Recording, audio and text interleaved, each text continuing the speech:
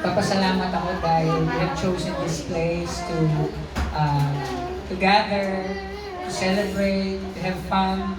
At talagang from the bottom of my heart, as always, alam naman ng Lord how I am treating 18.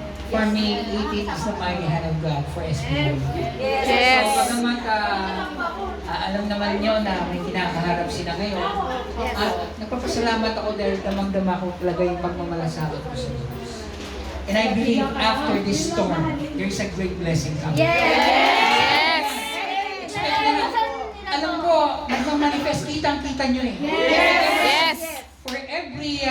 For every na mga pagsubok, for every cursing or hatred or bashing na tinatanggap ng grupo, there's a always blessing.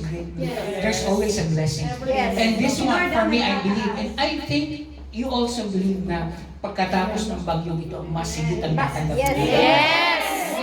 Basta, let's all humble ourselves to God. Yes. Dahil, really, we may not be able, but God is. Yes. Yes. All the time. Amen. So, iba kasi yung sama-samang panalangin. Opo. There's power In the in, name of Jesus. yes.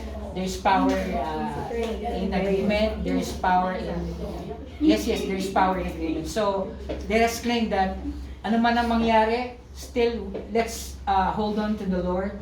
And be strong. We can expect something great that will happen. So, Yes. let's be happy in spite of ganito. But still, let's trust God. Because Yes. alam ko na He's going to do something na talagang ang bawat isa ay matutuwa. He's going to do something great for us all. Especially sa boys natin. So, Yes. huwag niyong kalimutan ipanalangin ng Diyos. Yes, lagi po. Until na matapos ang lahat ng ito. Kaya maraming salamat sa inyo ha. Hindi man ko yung pabot, pero from the bottom of my heart, as always, lagi ko kayong pinag-pray. I pray for blessings as well sa lahat ng 18, sa lahat ng sumusuporta. Kasi itong fandom na ito, kakaiba sa lahat ng fandom. Yes. You are all united. Really, hindi namin, bagamat hindi ko naman alam yung ibang fandom, pero nakikita ko talaga na ibang-iba talagang 18. 18 really came from the Lord. Yes.